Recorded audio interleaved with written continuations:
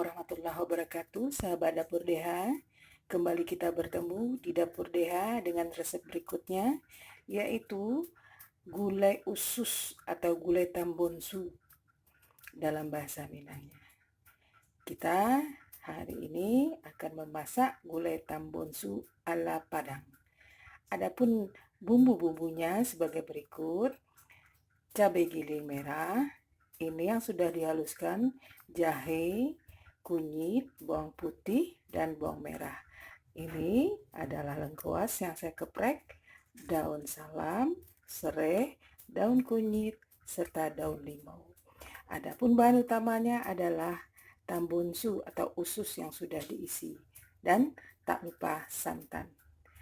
Baiklah sahabat Dapur DH, mari ikuti cara pembuatan gulai tambonsu ala Dapur DH. Selamat menyaksikan. Sahabat, semua bumbu yang kita haluskan serta daun-daun yang kita sediakan, kita masukkan ke dalam santan. Santan kita aduk sampai mendidih. Setelah santan mendidih, kita akan memasukkan tambonsunya satu persatu. Kita masukkan tambonsunya satu persatu.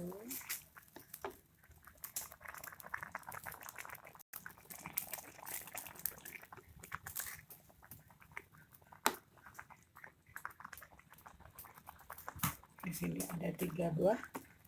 Kita masukkan 3 buah tambonsu saja, sahabat Dapur DH. Karena setelah tambonsu ini nanti matang, sudah membau rasanya. Untuk penyajiannya nanti ini akan kita potong-potong. Kita aduk terus sampai santannya tanak dan bumbunya menyatu dengan tambonsu tadi. Sahabat Dapur DH, gulai tambonsu ini sudah hampir matang. Kita hanya menunggu beberapa saat lagi. Setelah itu gulai tambonsu ala Dapur DH siap kita sajikan. Sahabat Dapur DH, selesai sudah gulai tambonsu kita atau gulai usus kita ala Dapur DH.